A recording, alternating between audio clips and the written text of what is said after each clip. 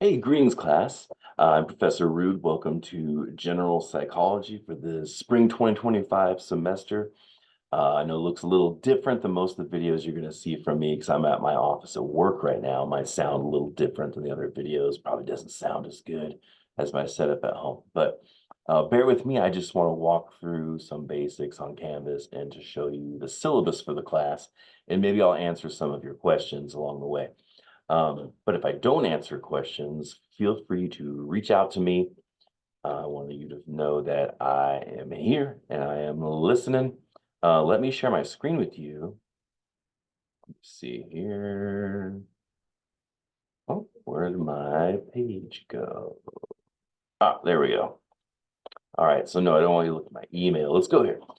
All right, so for Canvas, some of you might be new to Canvas and maybe you haven't used Canvas through BC, but if you go to, let's say, you go to your home page or you log in, and then I have a couple ways to get there. I'm not sure if your view looks just like mine, but if you go to my courses, then the courses that you're signed up for should show up there. And I always like this view more. There we go. So you can see I have more courses than this, but I've got 3 online sections of intro psychology. I'm not going to make 3 separate videos for this because they'd all be exactly the same. But of course, you'll have one of these. So I'm just going to pick this first one here, and I'll take you right into the class. So let me go to my student view so it looks the same. There we go. All right, so there's not a whole lot that's fancy, kind of like artistically, on the Canvas page that I have for our class. Students in the past have told me that they don't really care about that at all. They just want to see everything in one place. The only way I could really do that, to see absolutely everything on one screen, is to not have a title page or a home page, but to put everything in modules. So if you go to the modules, then you'll see our entire class posted there. And you can go here to find course materials, find the syllabus, want a quick link to my online office hours, which will be Mondays, Mondays at 7 p.m. And if that doesn't work for you, then we can work something out. But what I found in the past is that's a pretty good time for most people. But Monday, 7 p.m., I'll just be hanging out there. If you have questions, come on by. If you don't have any questions, you don't need to come by. It's not mandatory, but I want you to know that I am available should you need me. And then also, underneath office hours, there's the anonymous questions and comments form. So what I use this for is that maybe you want to ask something, but you don't want your name attached for whatever reason. Um, Maybe it's sensitive material to you kind of emotionally, or maybe it's just some students told me like, well, I was afraid to ask this question because you might think that, I'm not responsible or not smart or something like that, which I wouldn't, by the way. But for whatever reason, if you want to ask questions or even give me suggestions anonymously without your name attached or your email, I really won't know who it's coming from when I receive this form. I only know the class that you're in.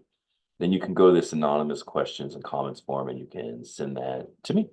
And then what I'll do is if I get a lot of those, which has happened in the past, I might get a few in a week, then I'll kind of put them all together and I'll make an extra video just addressing those questions. So if you want to make this class like really specific, or just like if we were face to face together, I could give you answers in real time, then you can send your questions here and I'll make a video and I'll address those for you.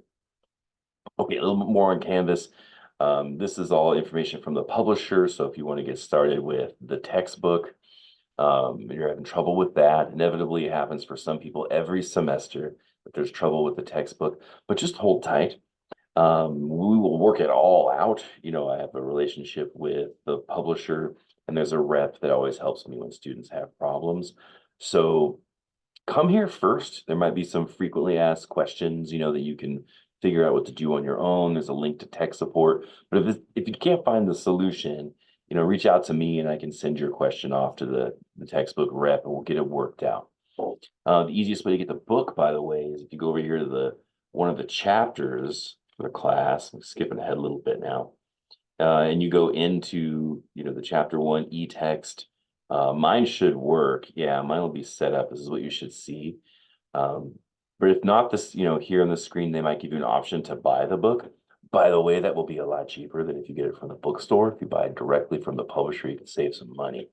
So this is what I recommend. Okay. Now, where were we? We were talking about course materials, information from the textbook, publishers, and then student resources. These are just links to resources that are on Canvas. If you ever need their services, it's not particular to our class, like you'll need them for our class, but just in general, if you want them to navigate, your time at BC. Here's some links for you. And there's some links that are dead. I don't think there are, or some links that I could add here that you find helpful. Let me know, and I can throw those into the student resources. Okay, so I didn't plan on getting right into assignments right away, but why not? We can do that up top. So there's 2 papers for this class, 2 short papers, and the first one is an article summary paper. You can get all the information about that paper here by clicking on these links. You have a video, I'll break down exactly what I'm looking for in the paper, and then also a video about how to find an article using the BC Library's databases. There's a link here too. But the basic idea for the article summary paper is like a 1 to 2 page max paper. I don't want this to be long. I want you to find a scientific psychological paper, so a primary resource, a scientific study published in a psychological journal, and just tell me what happened. Walk me through the intro, walk me through the methods, the results, the discussion. Just relay the information to me. This is really just practice for you reading scientific papers and writing about them. So you're just going to paraphrase the whole thing. Don't quote anything, just paraphrase it for me. And it also lets me see what your writing is like, right? Okay, so it's not supposed to be a grueling paper, and it's short. And, find an article you find interesting, make it easier on yourself. Okay, the second paper, this is an autobiography paper, and you can write this one more toward, the end of the class when you've, had more exposure to different psychological types of concepts. And this one, the basic gist is, you're going to tell me about who you are. It's an autobiography paper, and kind of what made you who you are, right? So what type of events shaped you? And I want you to practice using psychological language and introduce very specific psychological concepts that help to explain who you are currently as a person. So you've been looking backward into your past and talking about, how it is you became the wonderful person you are today. Okay. So more information about that paper as well. And you can see it's not even due until April 28th. Seems like really far away, right? Now, the last thing I want to show before we get into the syllabus is the basic layout of the class. Everything is here in modules, like I said, and I just arranged them by chapter, right? So this one's chapter 1, Introduction to Psychology Research Methods. There's the textbook link here. There Part 1, Part 2, video lectures. Part 1 is kind of like a history, introduction to psychology. And Part 2 is more about methodology, which that just means, how is the science conducted within the field? So how is it that psychologists, carry out their scientific studies? That's really what this chapter is all about. So there's 2 parts to it. Then for every chapter, you're going to get a quiz. This is just a 10 question, 10 multiple choice question, 10 points, 1 point per question, multiple choice quiz. Not supposed to, be really, really difficult at all. Really, it's just there to reinforce the material. But don't forget to do them, right? You can see the quiz isn't even due until February 10th. And I like to do that for my online classes, kind of open up the entire course to you. You can work at your own pace. Just make sure that you get your work done by those deadlines. I won't be super forgiving if I'm like, you had a month to do that. Now you're asking for more time, right? So I would say pace yourself, every week, knock out the chapters according to the syllabus. Because every chapter is going to have one of those pretty simple quizzes, and then also a discussion assignment. Okay, so the discussion assignments, I try to make them interesting for you too.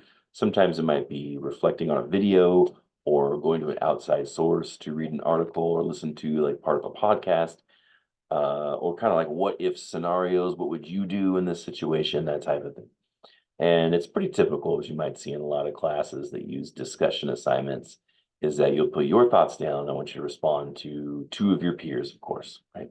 And I'll be looking for, thoughtful reflections on what your classmates write. So if you're just like, I agree, be like, that was worthless, right? That did not advance the conversation at all. So I want you guys to really to use this to respond to each other, so you can open up some kind of dialogue with each other. And you can they're kind of fun. I think some of these discussion assignments are pretty cool. But that's the basic gist for like what a chapter looks like, right? You're gonna have a quiz and a discussion assignment. And then after we cover about 3 to 4 chapters, then we'll have an exam just on those chapters. So if we just kind of scroll down a bit, I want to make you dizzy here, but we have chapter 1 and of course chapter 2. You see again, we've got quiz and discussion. This one's got some extra videos in it. What I like to do is if I show a video within the lecture that I made for you, then I'll put the video here too. So if you just want to isolate that video and watch it in isolation, or watch it by itself, you can do that. So this one about biopsych has got a couple videos that are worth reviewing. And the third one here about stress and health psychology, pretty basic kind of layout for the way that structures chapter. Then you have exam number 1, and this is just on those first 3 chapters. And so typically an exam will be multiple choice questions based on the material for every chapter, and then a short answer question, typically just 1 per chapter. So you'll see 3 short answer questions here because it covered 3 chapters. And the class just kind of continues in that fashion. But you can see everything for chapters 1 through 3, including exam number 1, is due in February 10th. So a little less than a month to get all that done. But if you do 1 chapter a week, you're gold, it'll be no problem. If you want to work ahead, go for it. You're taking this course online, you can work at your own pace. Like I said, just don't be late with the assignments. And then it just continues like that, right? Then we have chapters 4, 5, and 6, and 7. So this one's got 4 chapters, and then there's an exam number 2. It looks like I made an outline for this one for you too. Okay, so that's the basics of the class. Oh wait, let me see if I have a reading recommendation book module down here. Do I have one? I don't see one. I like to make little bookcases for class too. So if like, oh, you like that material, then check out this book kind of thing. I'll double check on that. I thought I made one. All right, now let's look at the syllabus for this class. So let me download it here. And then I need to switch my screen again if I do that. All right, I think I need to switch. There we go. So stop sharing for a sec. And yep, that's the one. Let's check out the syllabus. All right, so I'm not going to read this all to you word for word, but I want you to check it out in your own time. And we're all in the right place. We're here for general psychology. And I like this quote: act as if what you do makes a difference. It does. I am not a nihilist at all. I think that the meaning of your life is very, very subjective. It's up to you. And if that's the case, then everything you do matters. Like even doing nothing, right, is still something, right? And even an absence of a person is felt by others. So act as if what you do makes a difference. It does, right? We're all influencing each other in the world around us, whether you want to or not, whether you like that or not. Okay, easiest way to get a hold of me is to email me. And by the way, I don't recommend emailing directly through Canvas. Some professors like that, but I've noticed that once in a while, I just won't get a message, like it doesn't go through, or Canvas sometimes has problems with attachments. So if you're trying to send something to me, I've had that happen in the past too, where students will swear up and down like, hey, I sent that to you, it was in that email. I was like, I'll show them the email, like there's nothing here, right? And so we've tested it out, and sometimes they don't go through. I don't know why. But if you want to avoid all that, then just email directly here. This is my work Microsoft email. Mine's really short because I've been here forever. jrude@bakersfieldcollege.edu. Okay, and then the virtual office hours, I'll put this in a separate announcement that just has the link to the office hours on it. But these will be Mondays at 7 p.m., right? So we'll meet from like 7 to 8 p.m. If we need to stay a little longer, we can stay a little longer. It's okay. I'll be home at that time in my office at home on my computer. And just drop in if you want to. But like I mentioned before, you don't have to. It's not mandatory. If you have questions, please stop by. Okay, this class is entirely online. This is called an asynchronous course. And so what that means is that um, you don't have to check in periodically with me, only if you want to during office hours. And you can work on your own completely online. You'll see plenty of me if you watch these videos. But if you want to pop in, you have specific questions, you just want to hang out on Zoom, then, come see me. We can talk. Okay, in this class, here's what we're going to go over. So the emphasis of this course is the science of psychology. Right? So we'll talk about the history when you watch that first video. You might be surprised if you've never taken a psychology course before, which I'm guessing many of you haven't. That's why you're here, is that often what students will say to me is like, whoa, psychology is way more than therapy. I'm like, yeah. Half the practitioners of psych go into some kind of therapy if they have a degree and they're looking for a career. But that's half, right? The other half do something else. And that's really where like I fall professionally. So my background is as a research psychologist. So I didn't go the therapy route at all. And I really liked doing psychological research and learning about people through that research. And so this course, very similar to kind of my background, will focus on the research that's been done in different subfields of psychology. And each subfield gets its own chapter. But each one is going to, put emphasis on the scientific process and the methods that are employed in that type of psychology. And some of the things we'll talk about, we'll talk about, the biological. So we'll talk about your nervous system, right? We'll talk about developmental psych, like what are typical patterns that people go through chronologically throughout their life, like kind of like, what are the averages essentially for people at different stages of life as they develop socially and emotionally, as they develop physically, as they develop cognitively. We'll talk about cognitive psych. Cognitive psych on its own is really about the process of how our thinking works, right? That's kind of a cool chapter, lots of things in there. And then we'll get into sociocultural psychology as well. So this actually is where my background is. Most of my research has been in social psychology, which is how we influence each other. So lots of ground to cover. There's, a huge diversity of subtopics that fall under the umbrella of psychology. And by the way, that's what can make this class very interesting, but also is probably the most difficult part about the class. So it's to your advantage that if you're like, hey, I'm not really into the physiological stuff that we covered at the beginning, I mean, I don't see how. I think all of it is fascinating. But if you're like, I'm just not into this, just wait. Next chapter will be different, right? Yeah. Or maybe at the end, we're talking about, social psych, and you're going, man, I really miss talking about, our physiology and the nervous system. And be like, I know, but, psychology has a lot of ground to cover, a lot of breadth and depth. So the good thing is, if one chapter is not your cup of tea, the next one might be, right? And the hard part, though, is that with each subdiscipline, often there's new terminology, right, within that subdiscipline. And sometimes people get bogged down in the terminology, right? It's not the ideas so much that are too complex. It's just the language used to express those ideas can be tough, depending on the subdiscipline in psych. So that can be kind of the tough part there. All right. So let's see. We covered most of this. Yeah. Oh, I said earlier this like half of psychologists go into therapy. Don't worry, we're going to talk about therapy as well. We'll talk about disorders and we'll talk about therapy. But I just want you to know of what we end up covering in here, like I think it's 15 chapters, and like 2 of those are disorders and therapy. The rest, officially are a different subdiscipline of psych, even though it all kind of interacts. Okay, let's move on. The book for this course, you can get it through the bookstore. You can buy it directly through Canvas. There's a link to the publisher where you can buy it there. It'll be cheaper that way.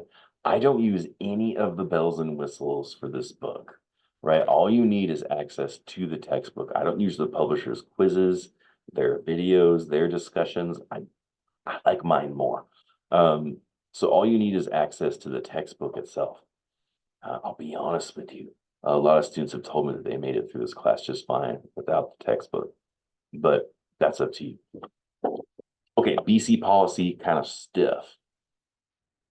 So if you go through DSPS, which is the Disabled Student Programs and Services, for whatever reason, let me know as soon as you can. How this works for an online class is for some of these, depending on what kind of accommodations you need, but the most typical is that students will go through DSPS, they'll get more time to complete assignments. That kind of thing helps me if I know early. So I can just go in and I can set all your quizzes, all your exams to kind of give you whatever the agreed upon amount of time is that you have with DSPS. But let me know, okay? All right. Academic integrity. Oh, this one is so funny to me. This is an online class, and I know that there's so much software out there that can just kind of like do this work for you. Man, I don't know what to say about that other than I hope you don't cheat yourself out of learning something. Right? They're probably like the laziest, and I'll just say it, this isn't psychological language, but the laziest, stupidest thing you could do to yourself, especially in the class that is all about you, right? The class all about you. What are you going to learn? That you succumb to the pressures of AI because you don't care about being educated? Ooh, maybe like rethink why you're going to college, right? I hope you don't do it. You know, it's an arms race right now where, you know, students are always one step ahead. They're like, we got this software that helps me cheat. And then everyone who's trying to catch them says, hey, now we got this software that enables us to detect that you're cheating, right? It just goes like this.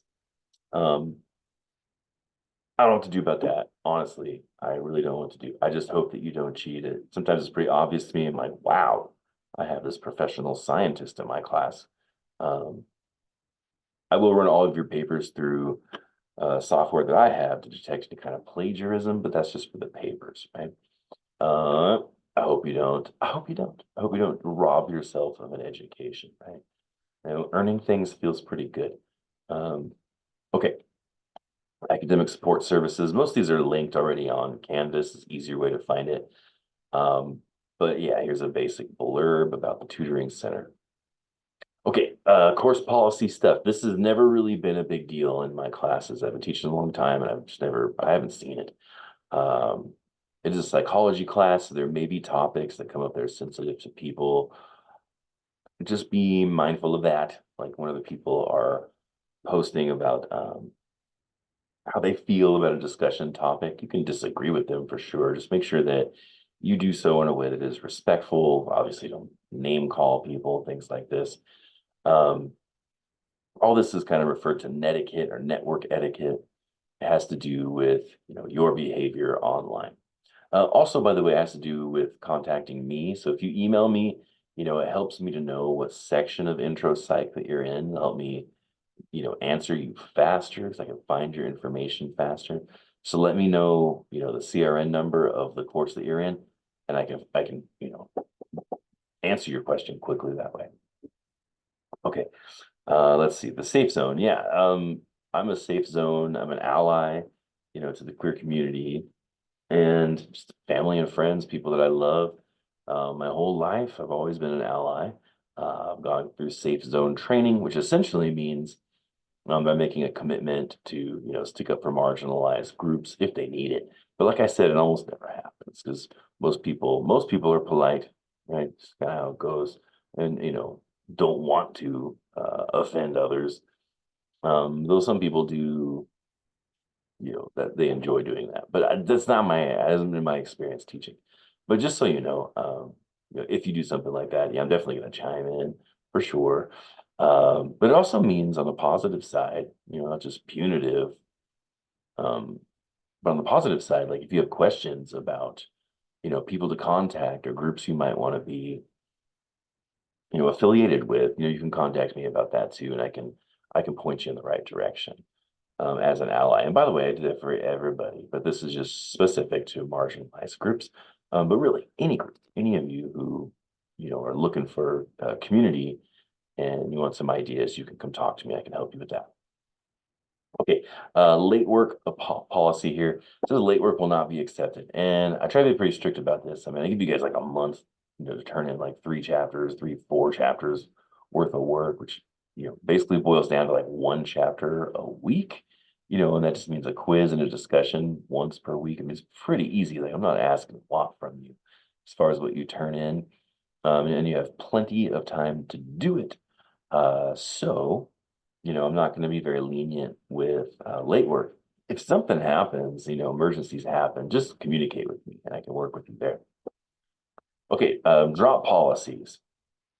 So this one, I have to keep track of this. I might send out, I didn't put it in the syllabus, so I guess I really can't.